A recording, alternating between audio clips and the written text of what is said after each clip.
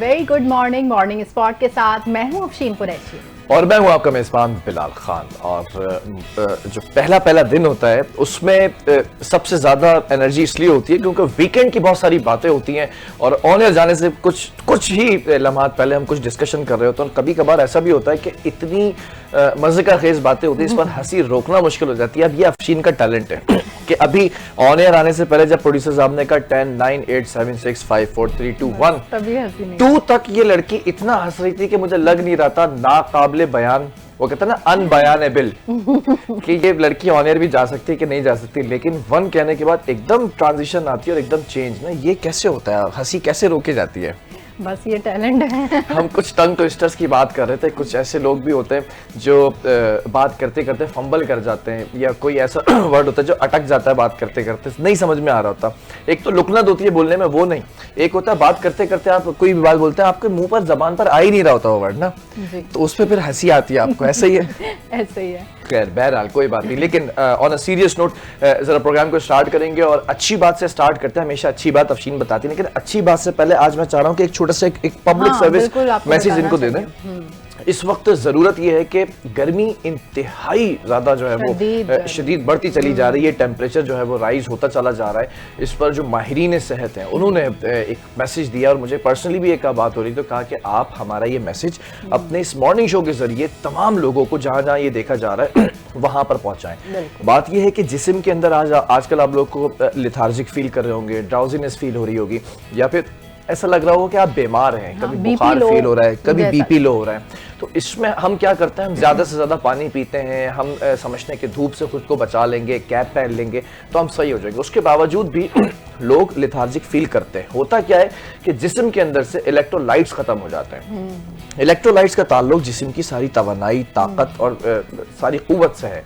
Electrolytes को आपको बहाल करना है। आप जो जितने भी सिट्रस फ्रूट्स हैं वो खाएं, आप जिसमें कैल्शियम हो या फिर विटामिन सी हो, बेसिकली विटामिन सी वाली चीज़ है। कुछ टैबलेट्स भी ऐसी आती हैं पानी में डालें और वो घुल जाती हैं, आप वो पिएं, या फिर कुछ ORS जो ये इस तरह के मशरूब हैं ये अगर आप पिएं, या फिर बेसिकली इलेक्ट्रोलाइट्स को बढ़ाने वाली, या सिंपली आप एक काम करें, पानी के अंदर लीमू को निचोड़ें, हल्का सा नमक डालें, हल्की सी चीनी डालें, उसको घोलें और अपने बच्चे को स्कूल या थर्मस के अंदर जो है वो रखकर भेजें। अपने ऑफिस के अंदर अपनी बॉटल्स के अंदर ये हमारी जो है वो बॉटल रखी हुई, इसके अंदर आप इस तरह के मशरूब बना के रखें। ये ज्यादा आरामदेह, इलेक्ट्रोलाइट्स को आपको रिकवर करना है। ऐसा ही मुझे समझ नहीं आ रहा कि हम लोग घर में रहते हुए जो गर्मी की शिद्दत है वो इतनी ज़्यादा अजियतनाक है, जो लोग बाहर जिनको डायरेक्ट सन से एक्सपोजर है वो लोग किस तरह सरवाइव कर रहे हैं इस गर्मी में। देखिए कुछ चीज़ें होती हैं, कुछ इम्यूनिटी होती है, कुछ विल पावर होती है और कुछ घर का चूल्हा जलाने के लिए आपकी भाग दौड़ होती है। वो उन तमाम चीज़ों को पूरा करते हुए यहाँ पे हमारे जो भाई हैं, दोस्त हैं और जो बहनें हैं वो जो घर पे से बाहर निकल के काम करती हैं, तो उनको भी मेरी तरफ से एक सल्यूट है कि इस गर्मी के अंदर आप काम करें। और स्पेशली वो लोग जो छप्पर लगाकर ढाबे और इस टाइप के जिनके बिल्कुल जिनका डायरेक्ट सन से एक्सपोजर है, वो लोग रेडी वाले होते हैं, उन्होंने छपरा लगाया हुआ होता है, एक शैडो के लिए लगाया होता है। आई डोंट नो कि वो इस गर्मी में किस तरह काम कर रहे हैं, लेकिन वो जिस तरह भी काम कर रहे हैं बस अल्लाह उनकी हिफाजत करे और ये गर्मी की शिद्दत कम। इसी मैसेज के साथ आगे बढ़ेंगे। अफशीन हमेशा अच्छी बात बताती है, कभी ऐसा नहीं हुआ कि गंदी बात बताई हो। अच्छी बातों पे इनका फोकस होता है, तो आज भी अच्छी बात बताएंगी। बिल्कुल अच्छी बात ये है आज की कि जिस तरह रात के बाद सुबह जरूर आती है, उसी तरह मुश्किल वक्त के बाद आसानी जरूर आती है। बेशक हर अंधेरी रात अपने साथ एक नया सबक, एक नई सुबह, एक नई रोशनी लेकर आती है और आपको एक नई सम की जानिब गामजन करती है। वेरी गुड, ये आपने बहुत इंफॉर्मेटिव बात बताई कि हर रात के बाद सुबह आती है, इसी तरह हर परेशानी के बाद आसानी भी आती है। अच्छा, हम अक्सर अंधेरे को देखकर ना घबरा जाते हैं, मगर अंधेरे के पीछे रोशनी हमेशा हमने देखा कि छुपी होती है। जहां रोशनी होगी वही उसके आप देखते हैं ना, चिराग तले अंधेरा, चिराग ऊपर रोशनी या नीचे अंधेरा होता है, तो इनका ताल्लुक है एक दूसरे से ना। बस चंद कदम चल हमें और थोड़ा सा यकीन दरकार होता है, तो हमेशा अपनी मंजिल की जानिब बढ़ते रहिए और यकीन को भी कायम रखिए। बिल्कुल, बस कहते हैं every dark sky has a रे, हैज अ लाइटनिंग रे। तो इसी तरह से आपको देखना चाहिए कि हर मुश्किल के साथ आसानी है।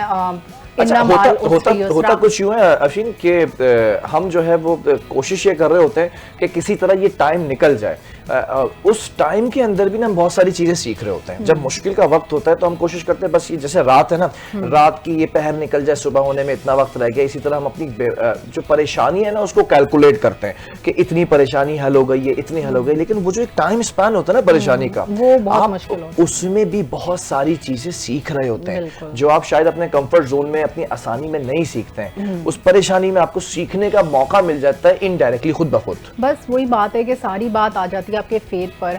आप उस मुश्किल वक्त में आपका क्या किरदार रहता है, आप या तो बिल्कुल गुस्से से आउट हो जाते हैं या फिर सब्र से हिम्मत से अपने इस मुश्किल वक्त के गुजर जाने का इंतज़ार करते हैं, और फिर वाकई ऐसे लोगों के लिए फिर मुश्किल के बाद आसानी आती है। Very good. अब कुछ टॉप स्टोरीज पे भी जाते हैं। टॉप स्टोरीज आज की बड़ी इंपॉर्टेंट हैं क्योंकि वीकेंड के ऊपर जो डेवलपमेंट हुई है उस डेवलपमेंट को भी आपके सामने रखेंगे, और कुछ गैर मुल्की दौरे भी हुए हैं। जो वज़ीर आज़म शहबाज शरीफ का दौरा तुर्किया, सदर रजब तैयब एर्दोगान से अहम मुलाकात हुई है। पाकिस्तान और तुर्किया के दरमियान गहरे तारीखी और बरादराना ताल्लुकात को मजीद मजबूत बनाने के अज़म का अदा भी किया गया है। मुलाकात में chief of army staff field marshal Syed Asim Munir भी वज़ीर आज़म के हमरा थे, और वज़ीर आज़म ने हिमायत पर तुर्की का शुक्रिया भी अदा किया। वज़ीर आज़म शहबाज शरीफ का इक़्तिसादी ताउन के फ़रोग़ की ज़रूरत पर जोर, और तुर्क सदर ने जम्मू कश्मीर के मसले पर भी पाकिस्तान की उसूली हिमायत का इआदा किया। मतलब तुर्क सदर ने, ये जो इंटरनेशनल रिलेशंस होते हैं ना, इसमें हम यही देखते हैं कि जो हमारे अलायंस हैं, जिन्होंने हम मुश्किल वक्त में हमारा साथ दिया, वो मुश्किल वक्त गुजर जाने के बाद फिर एक दौरा ज़रूरी होता है जब साथ मिल बैठकर हम इस पर रोशनी डालते हैं कि अब आगे कैसे बढ़ना है इक़्तिसादी तौर पर, मुआशी तौर पर, और किस तरह से एक दूसरे को मज़ीद सपोर्ट करते हुए आगे चलना है। और मेरे ख्याल में जिस तरह से तुर्किया हमारे साथ इस जंग में, जिस तरह से उसने हमें सपोर्ट किया, जो हमारे लिए एक वो फाइटर का किरदार उसने अदा किया, तो वो हमेशा हम याद रखेंगे। बिल्कुल ऐसा ही है। और अगर हम तुर्किया के सदर की बात करें तो उनकी जानिब से भी एक स्टेटमेंट सामने आया है। तुर्किया के सदर रजब तैयब एर्दोगान ने कहा कि वज़ीर आज़म पाकिस्तान शहबाज शरीफ और उनके वफ़द की मेज़बानी करके खुशी हुई है, खुदा हमारे इत्तेहाद, यकजहती और भाईचारे को दायमी बनाए। तुर्क सदर ने कहा कि मईशत, तिजारत और सलामती पर बात हुई है। तुर्किया और पाकिस्तान के दरमियान ताल्लुकात को हर शोबे में मज़ीद मजबूत बनाने पर जोर दिया है। वज़ीर आज़म पाकिस्तान के ज़रिए पाकिस्तानी भाइयों को मोहब्बत का उन्होंने पैगाम भी दिया है। बिल्कुल, और पैगाम देते हुए कुछ चीज़ें अगर यहाँ पर शेयर करूँ तो एक हिस्ट्री है पाकिस्तान की। पहले it used to be called Turkey, अब इट्स कॉल्ड तुर्किया। तो अब इसको हम ज़रा सा ऐसे देखें ना कि गवर्नमेंट्स चेंज होती गई, वहाँ पर ब्यूरोक्रेसी चेंज होती रही, लेकिन हमारा जो एक बरादराना ताल्लुक़ है, वो हमारे भी काफ़ी वज़राए आज़म तब्दील हुए हैं, लेकिन एक जो हमारी फॉरेन पॉलिसी है टर्की के हवाले से, तुर्किया के हवाले से, और हमारी जो ब्यूरोक्रेसी है, वो हमेशा हम देखते हैं कि उनके साथ हमारा एक बड़ा क्लोज रिलेशन है। आई टोल्ड यू ना कि 2 दफ़ा वहाँ पर जाने का मौका मिला, तो जब वहाँ पर जाकर आप बताते हैं, वैसे तो बताने की ज़रूरत नहीं, वो आपके चेहरे के खदोखाल देखकर पहचान जाते हैं कि आप पाकिस्तान से हैं। और जब आप उनको ये बताते हैं स्पेशली कि वी आर फ्रॉम पाकिस्तान, तो वो फिर एक ही जुमला कहते हैं, पाक तुर्क ब्रदर ब्रदर।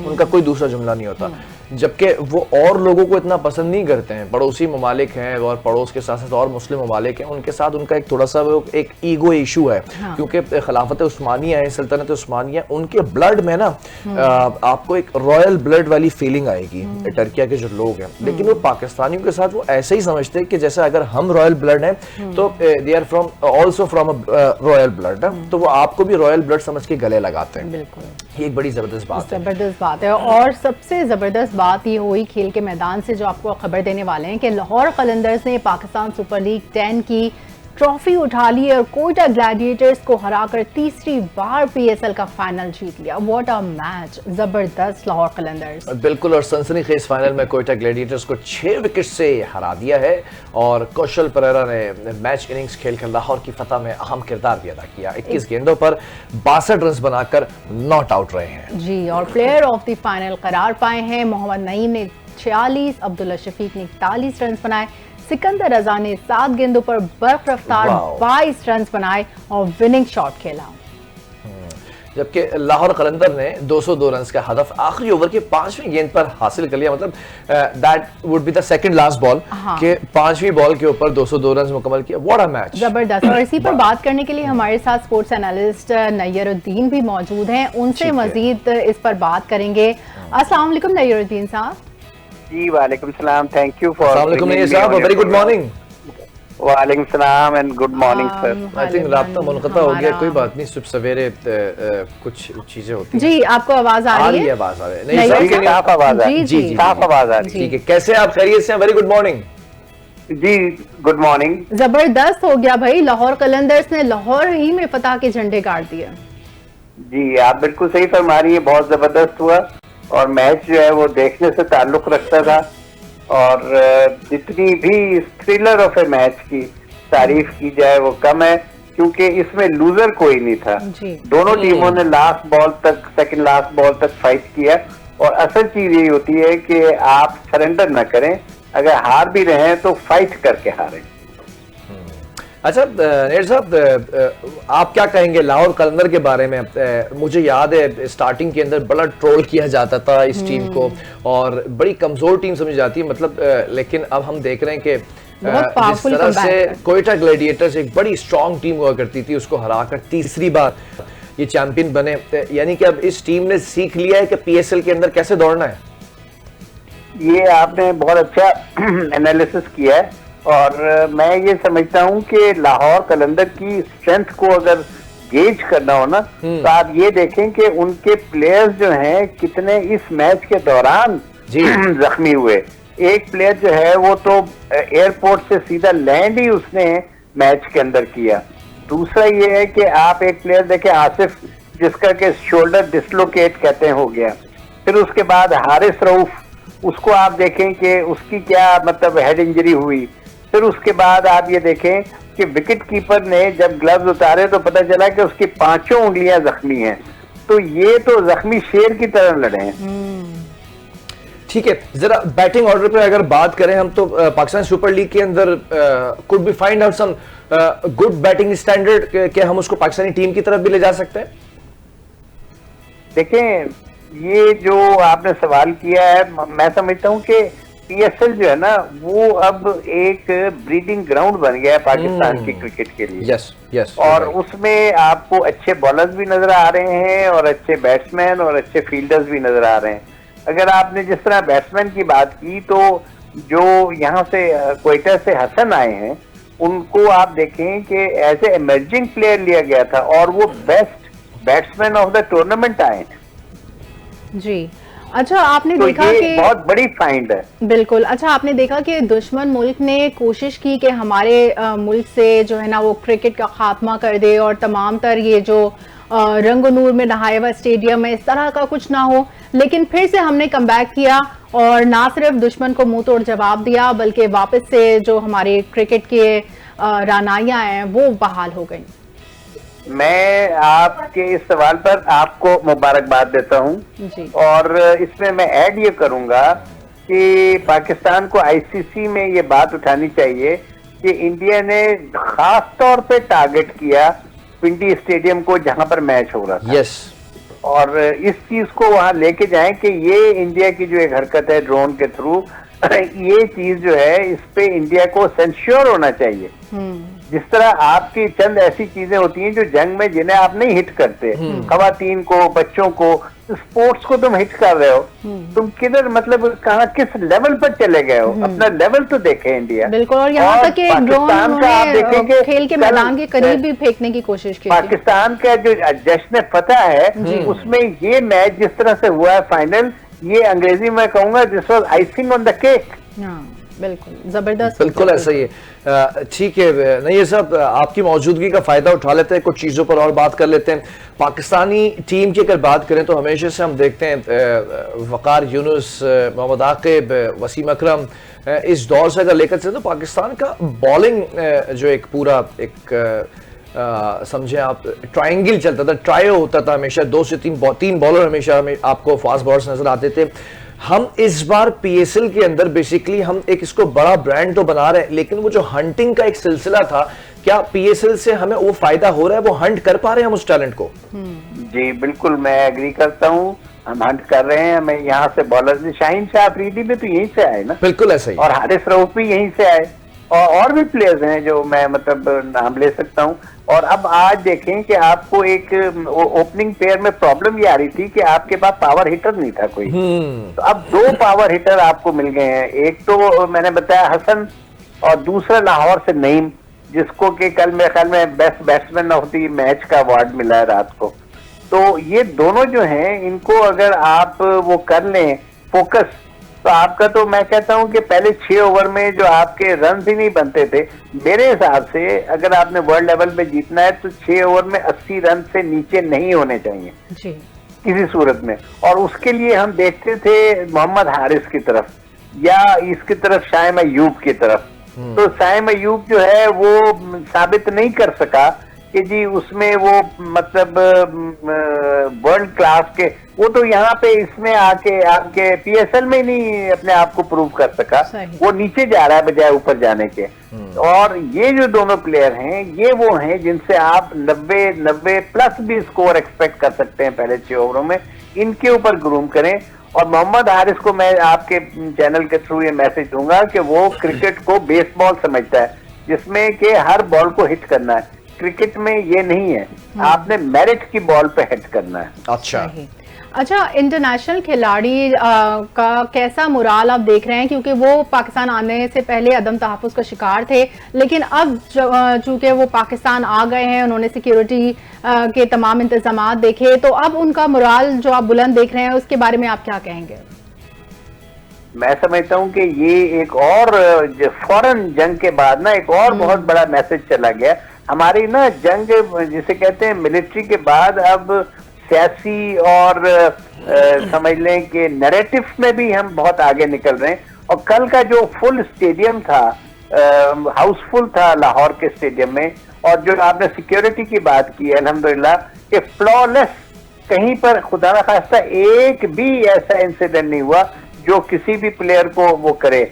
आप अंदाजा करें, जो जंग होने से पहले इंडिया से उसी दिन शायद वो धर्मशाला में जो इंडिया का मैच हो रहा था, वहां ये हाल है कि उस दिन लाइट चली गई। अच्छा। और जैसे ही लाइट गई तो उसके बाद भगदड़ मच गई कि भाई पाकिस्तान ने हमला कर दिया, ये खबर स्टेडियम में फैल गई। उसके बाद जो हुई भगदड़, मैं आपको खबर दूं कि ये नहीं पता चल रहा था प्लेयर्स को कि उनकी बस कौन सी है, जो दूसरी बसों में बैठ गए और उसके बाद भागने की उन्होंने, किसी को होश नहीं रहा, जिसे कहते हैं कि सटपट भागे हैं सारे।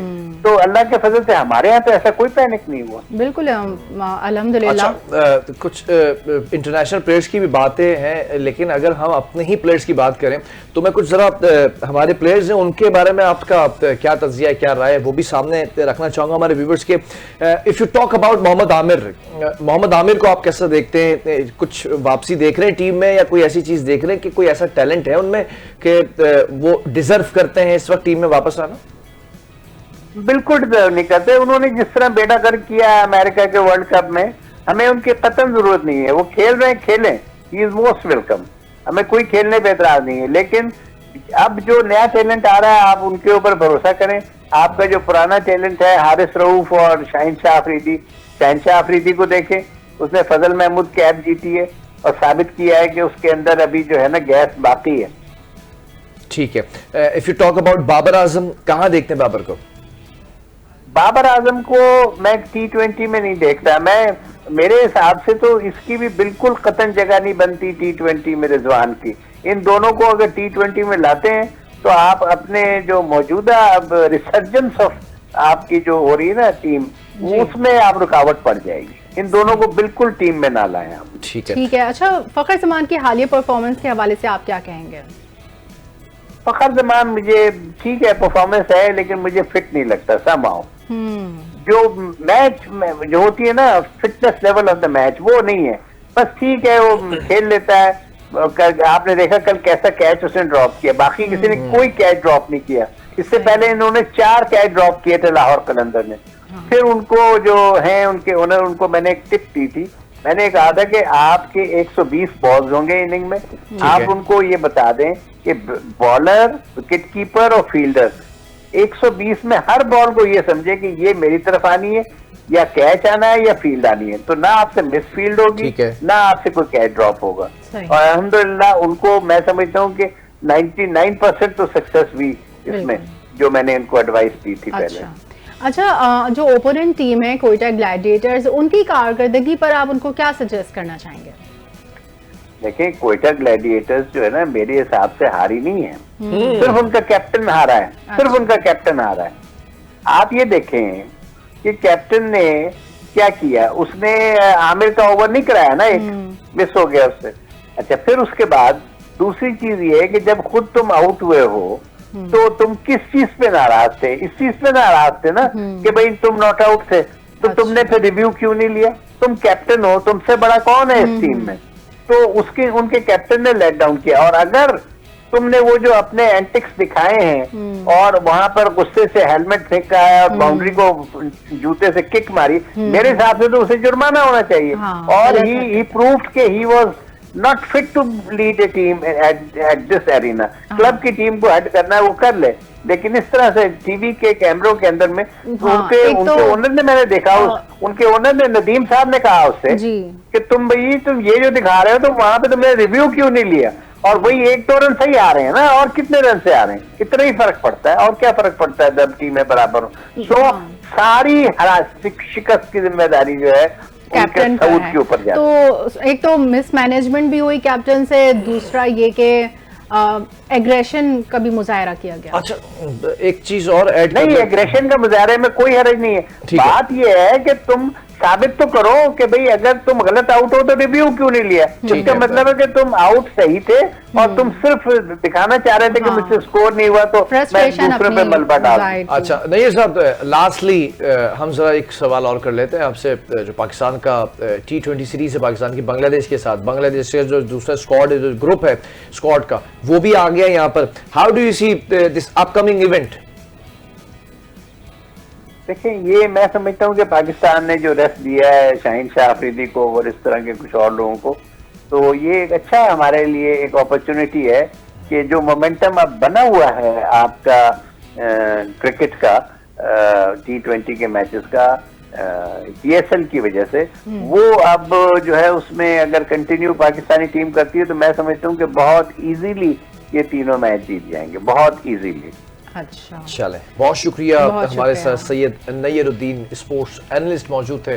बड़ा अच्छा और बड़ा फ्रूटफुल एक तज्जिया रहा स्पोर्ट्स के ऊपर। अच्छा, स्पोर्ट्स की एक ज़बरदस्त बात पता है क्या है अफशीन? ये सॉफ्ट डिप्लोमेसी के लिए काम आता है। ममालिक के दरमियान जो रवाबित होते हैं, जो ताल्लुकात होते हैं, या फिर ट्रेड पॉलिसीज होती हैं, या फिर आपके जो ब्यूरोक्रेसी लेवल के ऊपर चीज़ें एक्सचेंज होती हैं, ये उन तमाम चीज़ों में अव्वलीन किरदार अदा करता है। सॉफ्ट इमेज बनाने के लिए बड़ा कारगर बेइंतहा। और जो पाक भारत मैच की हाइप होती है, अगर भारत इस चीज़ को हजम कर सके और इसी तरह मैच के मतलब ठीक है, आपके पॉलिटिकल फ्रंट पर आपके जो भी मामला, तो आप मैच को मैच की तरह खेलें, एंटरटेनमेंट को एंटरटेनमेंट की तरह लें। अच्छा, लेकिन शायद वी डू परफेक्टली अंडरस्टैंड कि हमारे लिए इस वक्त क्रिकेट जो है ना, वो शायद यूरोप के अंदर इफ यू सी तो फुटबॉल बड़ा फेमस है, लेकिन हमारे यहाँ बच्चा बड़ा, हर बंदा बड़ा इंटरेस्ट लेके जो है ना इस क्रिकेट के गेम के अंदर, स्पोर्ट्स के अंदर बड़ा पार्ट लेता है। तो इसीलिए बड़े टची होते हैं, इसीलिए बड़े सेंसिटिव होते हैं। हम अपनी पाकिस्तानी टीम के हवाले से, अपने कप्तान के हवाले से, हमें नहीं याद होगा कि बच्चे को नहीं याद होगा कि इस वक्त हॉकी टीम का कप्तान कौन है, फुटबॉल का कौन है, लेकिन पाकिस्तानी टीम की जो क्रिकेट टीम है जो पाकिस्तान की, उसके हम कैप्टन के साथ बड़े टची होते हैं, उसके एक मेंबर के साथ टची होते हैं, हमारी मेमोरीज होती हैं। इसी के साथ यहाँ पर वक्त हुआ एक ब्रेक का, और ब्रेक के बाद मजीद भी खबरें शामिल करेंगे। Stay with us.